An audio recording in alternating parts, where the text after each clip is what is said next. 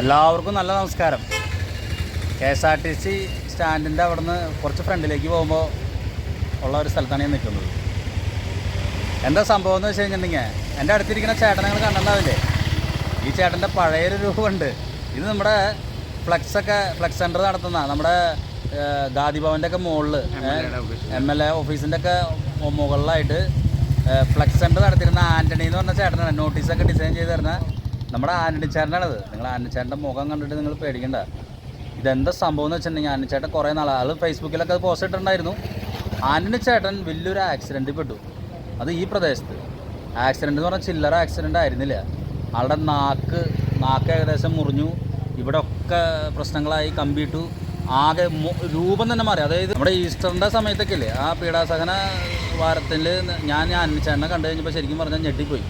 എന്ന് പറഞ്ഞു കഴിഞ്ഞിട്ടുണ്ടെങ്കിൽ ഇതെങ്ങനെ ഈ രീതിയിലായി എന്നുള്ളതാണ്. അത്രയേറെ വിഷമകരമായിട്ടുള്ളൊരു രൂപത്തിലേക്ക് ആൾ മാറി. അപകടമാണ് ആൾക്ക് വരുത്തി വെച്ചത്. എങ്ങനെയാണ് ആൾ മനഃപൂർവ്വം വരുത്തി വെച്ചൊരു അപകടമല്ലത്. എന്താണ് ആൾക്കുണ്ടായ അപകടം? എവിടെയാണ് അപകടം പതിഞ്ഞിരിക്കുന്നത്? ആരാണ് അതിന് ഉത്തരവാദി? അതാണ് ഇപ്പോൾ ആന്റണിച്ചേട്ടനോട് ചോദിക്കാൻ പോകുന്നത്. ആന്റണിച്ചേട്ടൻ അതിന് പറയും.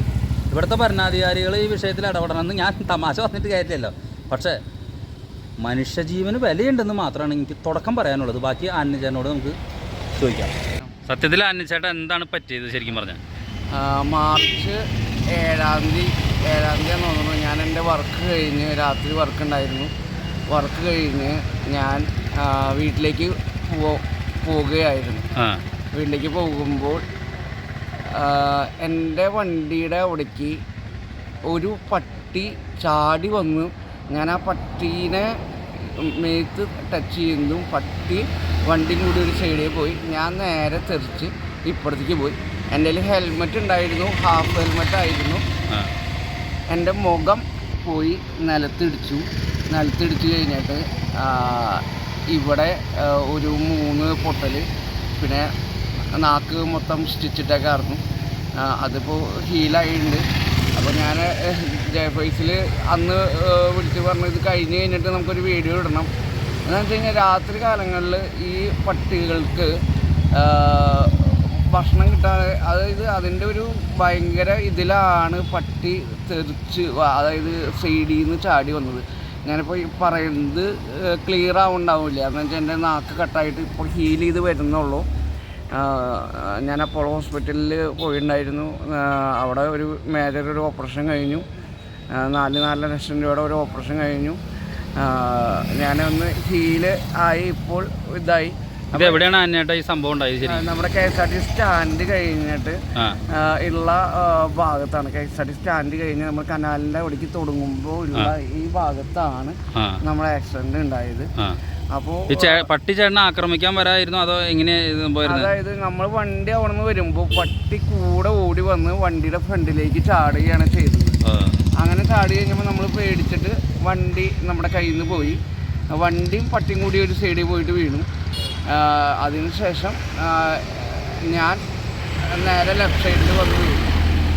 അപ്പോൾ ഞാൻ പറഞ്ഞു വരുന്നതെന്ന് വെച്ച് കഴിഞ്ഞാൽ, രാത്രി കാലത്ത് ഭാഗ്യത്തിന് എന്നെ ഒരു ഓട്ടോറിക്ഷക്കാരൻ കണ്ടു. ആ നേരത്ത് പുലർച്ചെ 1:30 ഇവിടെ ഒന്നും ആൾക്കാർ അധികം ഇല്ലാത്തതാണ്.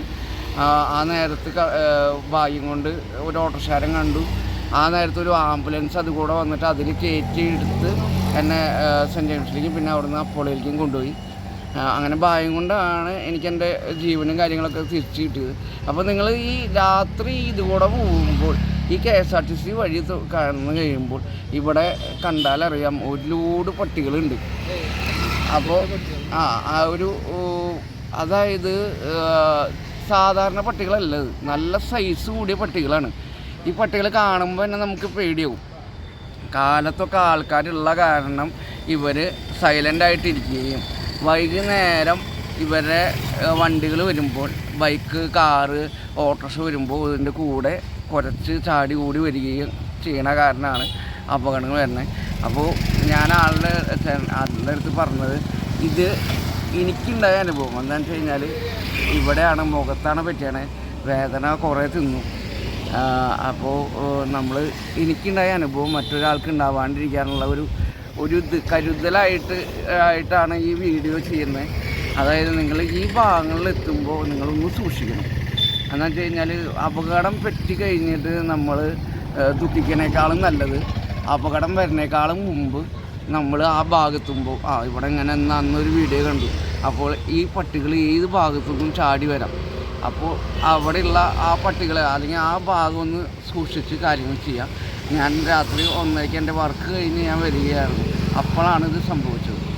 ഇവിടെ പറയുകയാണെങ്കിൽ ഒരു 8-10 പട്ടികൾ ഈ പരിസരത്ത് സ്ഥിരമായിട്ട് വാണുകൊണ്ടിരിക്കുന്നുണ്ട്. അതായത് പകൽ സമയത്ത് ചിലരൊക്കെ ഭക്ഷണങ്ങൾ കൊണ്ടു കൊടുക്കുകയും ആ സമയം വലിയ കുഴപ്പമില്ലാണ്ട്, എന്നാൽ പല തവണയും മറ്റുള്ള പട്ടികൾ തമ്മിൽ കടി കൂടി അങ്ങോട്ട് ഇങ്ങോട്ട് ഓടുമ്പോൾ വണ്ടികൾ 1-2 തവണ ഇവിടെ വീണതായിട്ടുള്ള സംഭവം ഉണ്ടായി. കാര്യമായിട്ടൊന്നും പരിക്ക് പറ്റിയില്ല എന്നുള്ളത് അവരൊരു ഭാഗ്യം.